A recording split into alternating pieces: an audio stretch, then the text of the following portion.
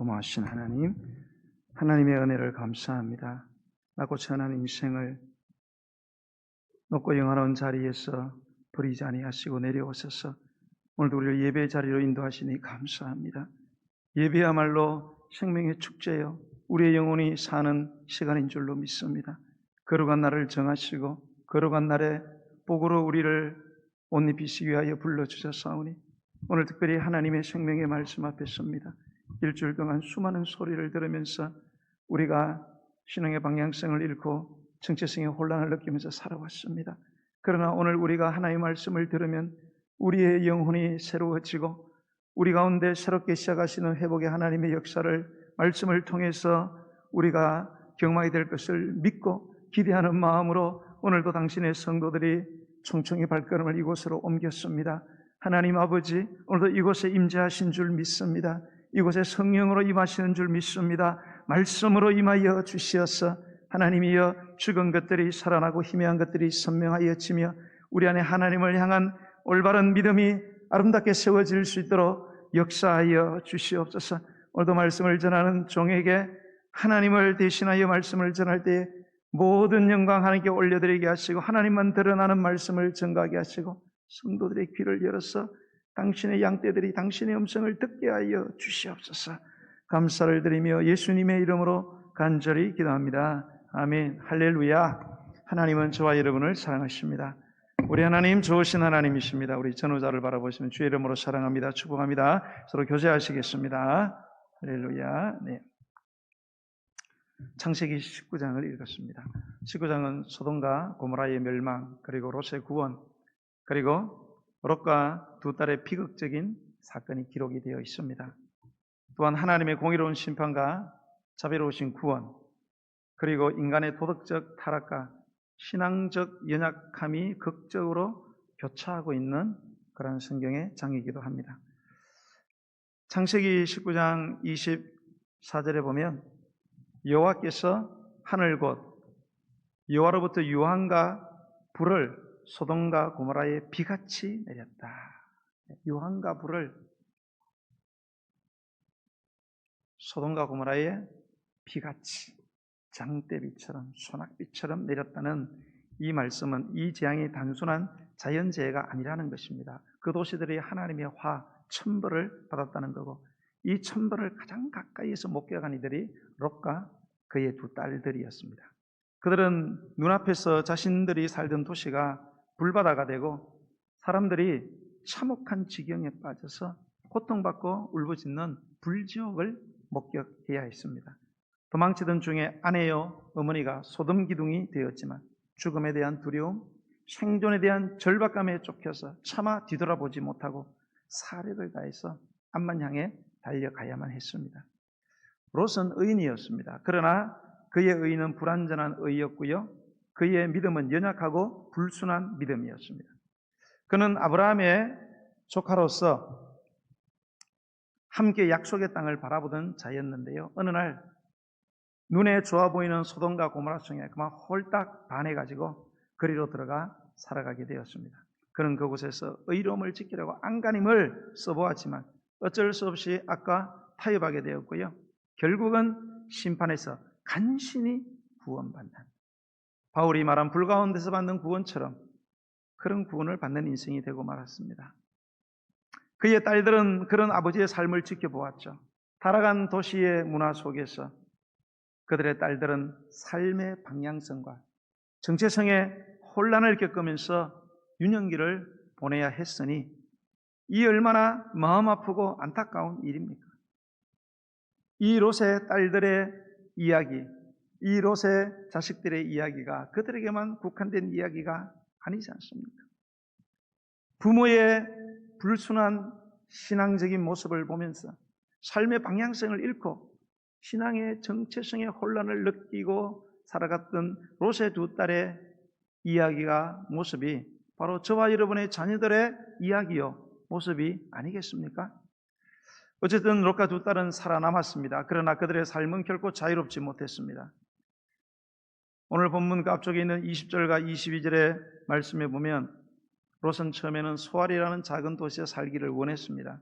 그러나 30절에 보면 어떤 이유에서인지 그곳에 거주하는 것에 대한 두려움을 느끼고요. 두 딸과 함께 산으로 올라가서 결국은 동굴에 들어가서 거주하게 됩니다. 동굴이 무엇입니까? 외부와의 모든 연결이 끊긴 바로 그러한 장소지요. 그 동굴 안에서 그들은 무슨 생각을 했을까요? 무엇보다도 두 딸은 늙어서 언제 죽을지도 모르는 아버지를 바라보면서 야, 이대로라면 남자도 없고 결혼은 불가능하며 우리의 자손은 끊어질 운명이라는 절망감에 사로잡히게 됩니다. 딸들은 이 절박한 현실 앞에서 너무나 이런 결정을 하게 되지요. 믿음이 아닌 본능으로, 기다림이 아닌 계산으로, 기도가 아닌 판단으로 그들의 갈 길을 정하고 맙니다. 그 결정이 바로 뒤이어 벌어지는 사건의 서막이 됩니다. 아버지와 동침해서 자손을 이어가겠다는 경악할, 기절초풍할 추악한 생각을 실행에 옮기고 만 것입니다. 롯의 두 딸은 아버지를 술 취하게 했습니다. 그리고 아버지로부터 각각 아들을 낳았습니다. 큰 딸은 아들을 낳고 모압이라고 불렀고요. 작은 딸은 아들을 낳아 벤암미라고 이름 지었습니다. 모압이라는 이름의 의미는 그의 아버지로부터 그런 뜻을 갖고 있습니다. 아버지 자식이다 그런 뜻입니다. 이름 자체의 출생의 비밀과 수치가 고스란히 담겨 있습니다. 벤암미라는 의미도 내 친족의 아들이라는 뜻인데요. 아버지와 딸 사이에서 태어난 아들이라는 그런 뜻입니다. 오늘 이 이야기를 시작하며 중요한 점이 하나 있습니다. 하나님께서는 성경의 어떤 장면도 의미 없이 기록하지는 않으셨다는 사실입니다. 특히 인간의 수치와 실패를 적나라하게 드러내 보이는 오늘의 본문은 하나님께서 우리에게 인간의 본성과 연약함을 직시하라는 신호이기도 합니다. 롯의 딸들이 보여준 행동은 절대로 미화될 수 없습니다. 그러나 동시에 그 사건은 하나님 없이 판단한 인간이 어떤 방향으로 흘러갈 수 있는지를 확인하게 드러내는 거울이 되기도 합니다. 우리는 이 시점에서 우리 자신의 모습과도 마주해야 합니다.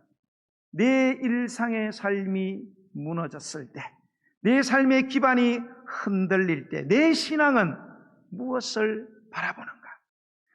동굴 같은 고립 속에 내가 있게 될 때 나는 기도하는가? 아니면 계산하는가?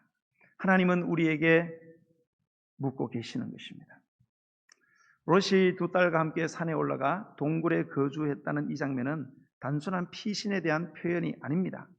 하나님의 심판을 직접 목격한 한 가정이 하나님과 단절을 선언한 채 고립되어가는 극단의 장면이며 그 안에서 인간의 본능은 신앙보다 먼저 반응하고 있다는 사실을 보여주고 있습니다. 그들은 생존은 이루었지만 그들의 삶은 사라진 상태였습니다. 그런 삶의 절벽 끝에서 아예 굴로 들어가기로 롯은 결정을 합니다. 특별히 굴이라는 장소를 언급을 하는데요. 굴이 어떤 곳입니까? 낮에는 햇볕이 들지 않고 바깥 세상의 변화가 전해지지 않는 단절된 장소입니다. 하나님의 빛이 아닌 인간의 그림자가 짙게 드리워진 그 굴에서 딸들은 은밀하게 사악한 계획을 세웁니다.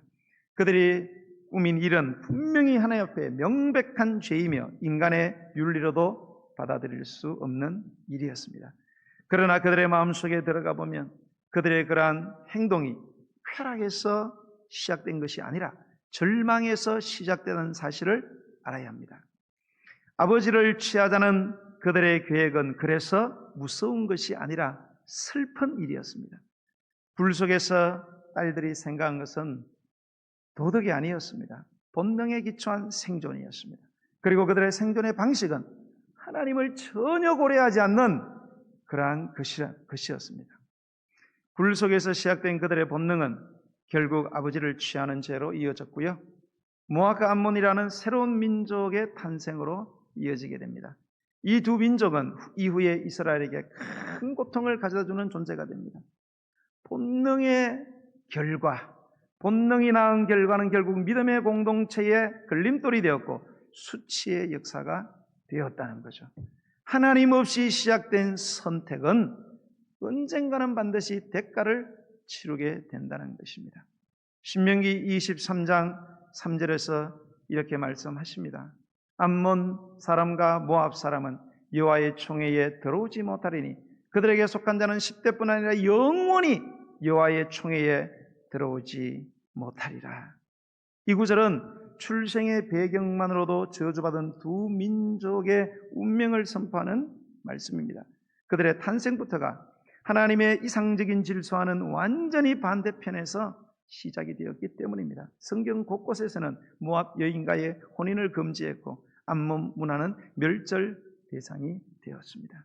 그러나 하나님은 이 이야기를 여기에서 멈추지 않으십니다. 그분은 인간의 실수 속에서도 구속의 길을 만들고 계십니다.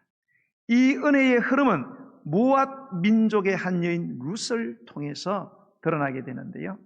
룻기 1장 1절로 4절의 말씀을 우리 한번 보도록 하겠습니다. 우리 함께 읽습니다. 시작. 사사들이 치리하던 때에 그 땅에 흉년이 드니라.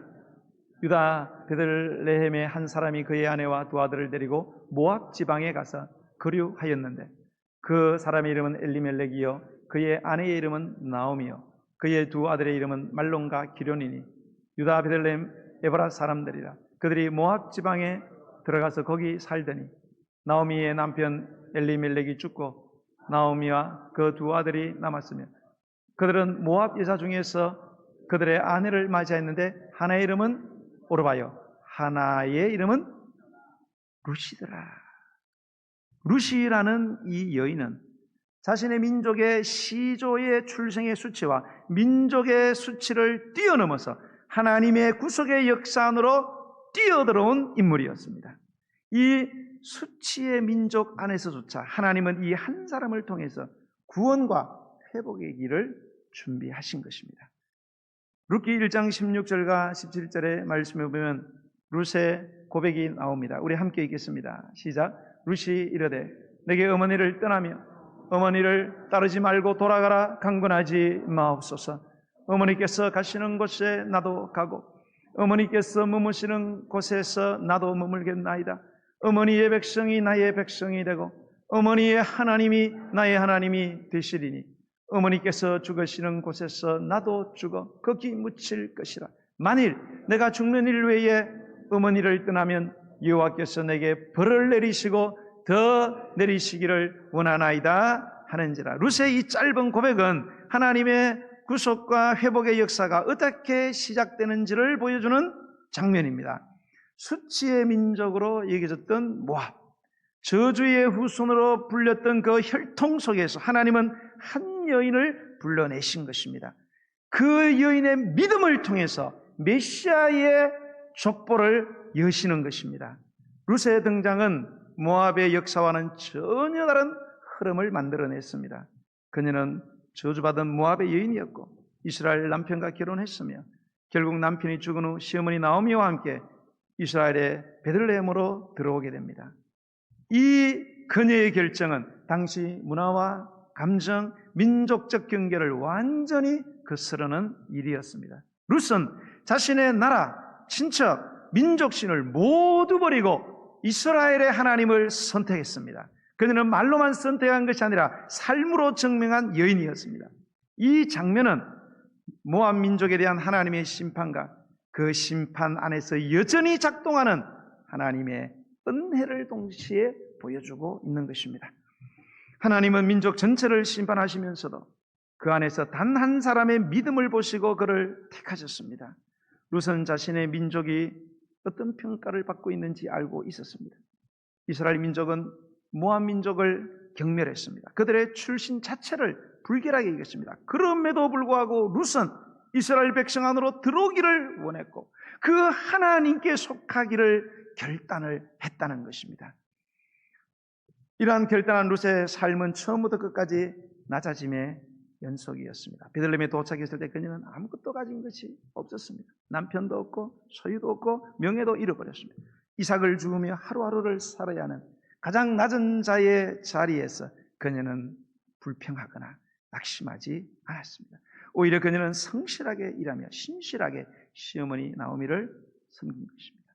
그 모습이 아브라함의 혈통 보아스라는 사람의 눈에 띄었고 결국 하나님은 그 만남을 통하여 구속의 길을 열어 가셨습니다. 보아스는 베들레헴의 유력자였고 룻은 모압의 이방 여인이었습니다. 이러한 보아스는 룻을 향하여 룻기 2장 11절에서 이렇게 말합니다. 보아스가 그에게 대답하이르되 네 남편이 죽은 후로 네가 시어머니에게 행한 모든 것과 내 부모와 고국을 떠나 전에 알지 못하던 백성에게로 온 일을 일이 내게 분명히 알려졌느니라. 룻이 보인 이러한 태도는 단순한 용기와 효심을 넘어서는 것이었습니다. 하나님 앞에서 의롭게 살아가려는 몸부림이었고 믿음의 실천이었습니다. 보아스는 바로 룻의 그 믿음을 귀하게 여겼고 결국 룻을 아내로 맞이하게 됩니다. 여기서 엄청난 극적인 전환이 일어납니다. 수치의 민족 모압 민족의 딸이 다윗 왕의 정조모가 된 것입니다. 룻과 보아스 사이에서 태어난 오벳은 이새의 아버지요, 이새는 다윗의 아버지입니다. 룻기 4장 21절로 22절을 읽어보겠습니다. 살몬은 보아스를 낳았고 보아스는 오벳을 낳았고 오벳은 이새를 낳고 이새는 다윗을 낳았더라. 인간의 판단으로 보면 절대로 왕의 족보에 오를 수 없는 혈통이었습니다. 그러나 하나님의 은혜는 인간의 출신, 인간의 한계를 넘어서 일하시는 것입니다. 여러분, 하나님의 구속의 역사는 누구에게서 태어났는가 보다 무엇을 믿었는가에 중심을 두십니다. 우리는 이 장면에서 하나님의 방식이 우리와 얼마나 다르고 깊은지를 배워야 합니다. 하나님은 가장 수치스러운 민족 속에서 가장 순결한 믿음의 사람을 찾아내셔서 존귀하게 사용하시는 분이 있었습니다. 룻은 단지 한 명의 여인이 아니었습니다. 그녀는 모압이라는 저주의 가문을 은혜의 족보로 바꾼 통로였고요. 그녀의 결단 하나가 후대의 운명을 완전히 바꾸는 시작점이 된 것입니다. 이것은 오늘날 우리의 삶에도 강력한 메시지를 전달하고 있습니다. 나는 어떤 집안에서 태어났는가? 어떤 과거를 나는 가졌는가? 보다도 중요한 것은 지금 내가 어떤 믿음을 선택하고 있는가라는 사실입니다. 나의 가정이, 나의 과거가 수치로 가득하다 할지라도 내가 오늘 하나님 앞에 믿음으로 나아간다면 하나님은 그 수치를 은혜로 바꾸신다는 사실을 믿으시기 바랍니다. 룻의 이야기는 여기서 끝나지 않습니다. 예수님의 족보를 기록한 마태복음 1장 1절에서 6절의 말씀을 우리 함께 보도록 하겠습니다. 시작. 아브라함과 다윗 자손 예수 그리스도의 계보라. 아브라함이 이삭을 낳고 이삭은 야곱을 낳고 야곱은 유다와 그의 형제들을 낳고 유다는 다말에게서 베레스와 세레를 낳고 베레스는 헷스론을 낳고 헷스론 람을 낳고 람은 아비나를 낳고 아비나답은 나손을 낳고 나손은 살몬을 낳고 살몬은 라합에게서 보아스를 낳고 보아스는 룻에게서 오벳을 낳고 오벳은 이새를 낳고 이새는 다윗 왕을 낳으니라. 계속해서 16절로 넘어가겠습니다. 계보의 끝에 보면 야곱은 마리아의 남편 요셉을 낳았으니 마리아에게서 그리스도라 칭하는 예수가 나시니라. 할렐루야. 그녀를 통해서 다윗이 태어나고요, 다윗의 자손을 통해서 예수 그리스도가 오시게 되는 것입니다. 여러분, 이 족보는 하나님의 놀라운 은혜와 축복이 어떻게 인간의 가장 더러운 자리에서도 시작이 될 수 있는지를 확연하게 보여주는 생생한 증거가 되는 것입니다. 그리고 우리는 다시 한번 생각해야 합니다. 성경에서 가장 불편하고 가장 꺼내기 어려운 이야기 중에 하나가 오늘 본문의 롯과 그의 딸들에 대한 기록입니다. 그런데 순결한 하나님께서는 왜 성경 속에 이 불편하고 불견한 기록들을 삭제하지 않고 남기셨을까 하는 것입니다. 그 이유는 죄가 어떻게 발생해서 어떻게 후대에 상속되어 흘러가는지를 우리에게 보여주기 위함인 것입니다. 죄를 드러내심으로써 회개의 기회를, 회복의 자리를, 축복의 열매를 주시는 분이 바로 우리 하나님이시라는 사실을 웅변하기 위하여 이 기록을 남기셨다는 것입니다.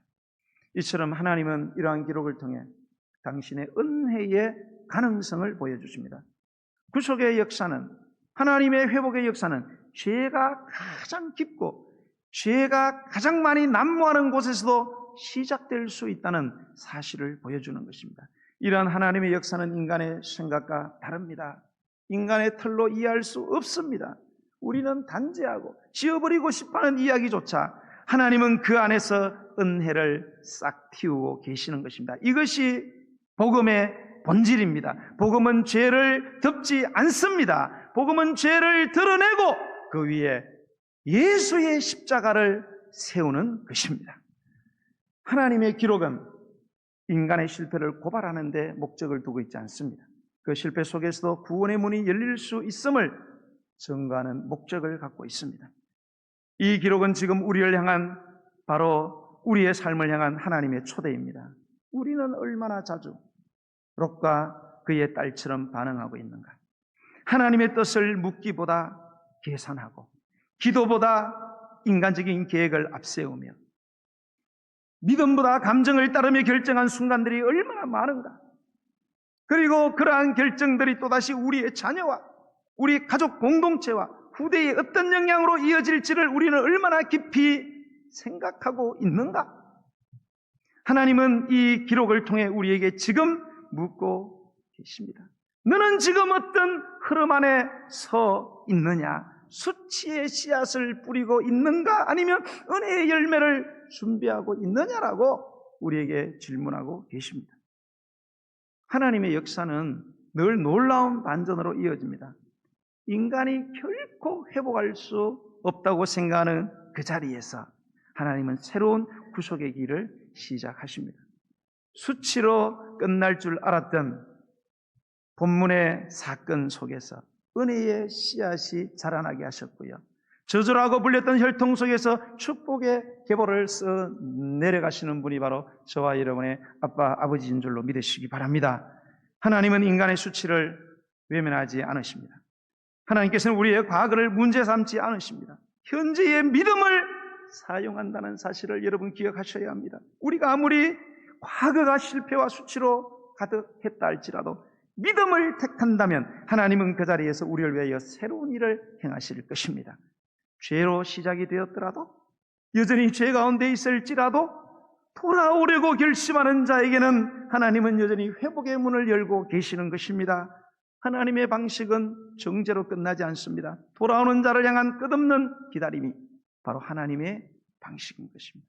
사랑하는 성도 여러분, 저와 여러분은 지금 어떤 길 위에 서 있습니까? 우리가 지금 어떤 길 위에 서 있든지 하나님은 그 자리에서 우리를 부르시고 계십니다. 실패한 과거를 넘어서 회복의 믿음을 택하라고 말씀하십니다. 우리의 수치의 역사도 교훈거리가 될 수 있으며 죄의 자리에 있는 자도 회개의 길로 돌아서서 축복의 자리에 설 수 있다고 우리에게 웅변하고 계시는 것입니다. 그러기에 저와 여러분도 과거의 선택을 후회하고 계신다면, 현재의 삶이 진정한 방향으로 바뀌기를 원하신다면, 가문이나 환경의 저주에서 벗어나 하나님의 구원과 회복, 사용하심과 축복하심을 경험하고 싶으시다면 롯처럼 동굴로 들어가지 마시고 하나님과 전혀 상관없는 결정을 내리지 마시고 하나님을 배제하지 마시고 지금도 죄보다 크신 은혜로 수치보다 깊은 사랑으로 우리의 삶을 다시 사용하실 준비를 하고 계시는 빛 되신 하나님께로 함께 나아가는 은혜가 있기를 우리 구주 예수 그리스도의 이름으로 간절히 축원드립니다. 우리 찬양 드리면서 준비하신 예물을 앞에 드리도록 하겠습니다.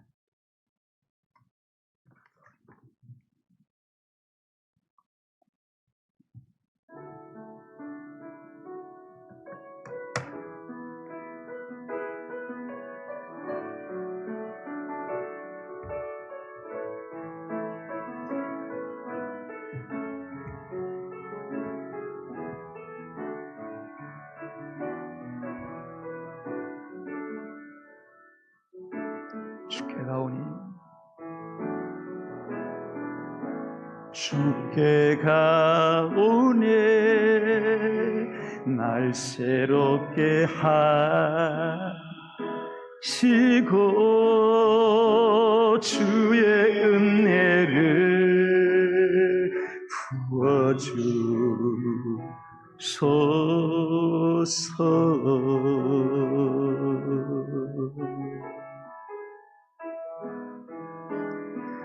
내 안에 발견한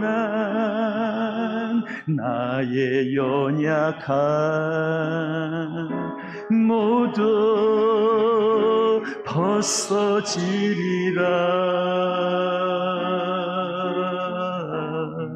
주의 사랑으로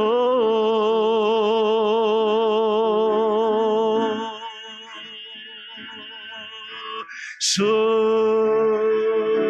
사랑 나를 붙드시고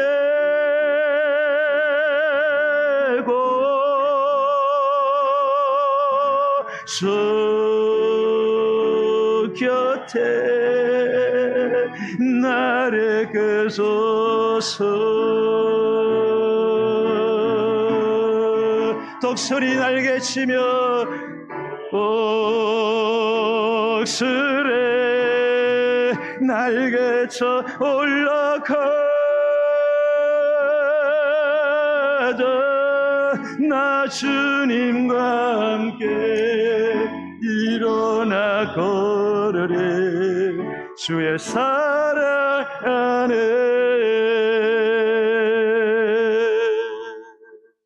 나의 눈 열어, 나의 눈 열어 주를 보게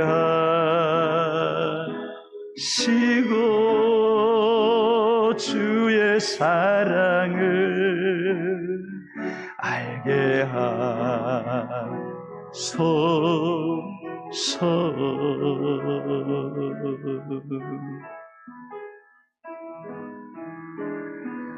매일 나의 삶에 숲덧 이루어지도록 새롭게 하소서. 주의 사랑으로 주 사랑 나를 붙드시며 주 사랑 나를 붙드시고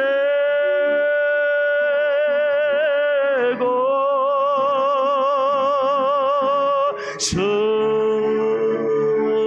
곁에 날 이끄소서. 독수리 날개치며 올라가기 원합니다. 독수리 날개쳐 올라가자. 나 주님과 함께 일어나 걸으리. 주의 사랑 안에 주 사랑 나를 붙드시고 주 사랑 나를 붙드시고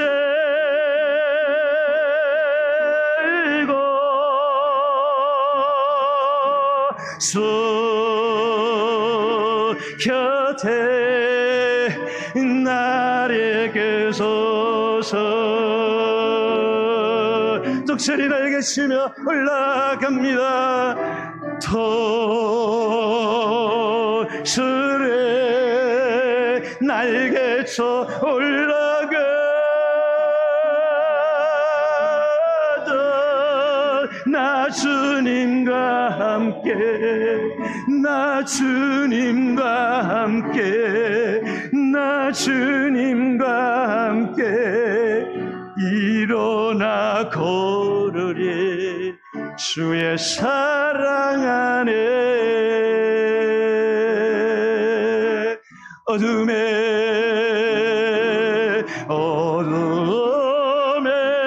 밝은 빛을 비춰주시고 나의 작은 신음에도 응답하 하시네. 너는 어느 곳에 있든지 주를 향하고 수만 바라볼 제 하나님 사랑의 눈으로, 하나님 사랑의 눈으로 너를 어느 때나 바라보시고, 아멘. 하나님 인자한괴로서 언제나 너에게 게을리시네. 어둠에 밝은 빛을 비춰주세요. 너의 작은 신음에도 응답하세요. 너는 어느 곳에 있든지 주를 향하고 수만 바라볼 하나님 사랑의 눈으로, 하나님 사랑의 눈으로 나를 어느 때나 바라보시고, 아멘 아멘. 하나님 인자한괴로서 언제나 나에게 게을리시네. 어둠에 밝은 빛을 비춰주시고 나의 작은 신음에도 응답하시네. 나는 어느 곳에 있든지 주를 향해 주만 바라보. 어둠의 밝은 빛을 비춰주시는 주님, 어둠의 밝은 빛을 비춰주세요. 나의 작은 신음에도 응답하세요.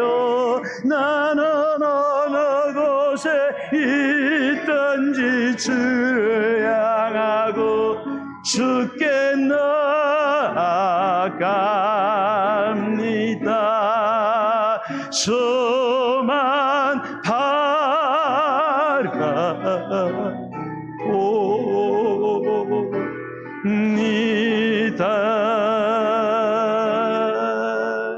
할렐루야.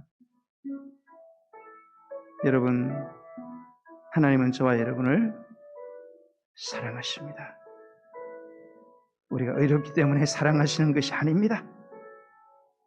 우리가 죄인이기 때문에, 아무도 우리를 선택하지 않기 때문에, 아무도 우리를 돌아보지 않는 죄인이기 때문에 주님은 우리를 돌아보시고 우리를 사랑하십니다. 우리의 어떤 허물과 우리의 죄악과 연속되는 실패와 치명적인 간사함도 하나님의 사랑을 능가할 수는 없습니다. 롯과 두 딸이 하나님 없는 결정을 내려 저주의 가문과 민족이 되었지만, 하나님은 룻이라는 한 여인을 통하여 그의 믿음을 통해서 회복시키시는 구원의 놀라운 역사를 우리는 본 것입니다. 하나님의 놀라운 사랑의 파노라마를 우리는 본 것입니다. 이 이야기는 롯과 룻의 이야기가 아니라 우리와 하나님 사이에서 이루어지는 이야기를 보여주고 있는 것입니다. 저와 여러분은 지금 어떤 길을 걸어가고 있습니까? 어떤 흐름에 서 있습니까? 우리는 과연 하나님을 배제한 결정을 내리고 있지는 않습니까? 우리는 저주의 씨앗을 뿌리고 있습니까? 아니면 축복의 열매를 준비하고 있습니까? 여러분, 어떤 길 가운데 있다 할지라도 우리가 믿음으로 주 앞에 돌아갈 수 있다면 주님은 새로운 회복을 시작하실 것입니다. 여러분의 과거가 어떠하든지, 여러분의 가정이 어떠하든지, 여러분의 어떤 허물을 남몰래 쌓아가고 있다고 할지라도 오늘 이 시간 주님께로 돌아가기로 결정하십시오. 하나님의 놀라운 반전의 역사가 여러분을 준비하고 있는 것입니다.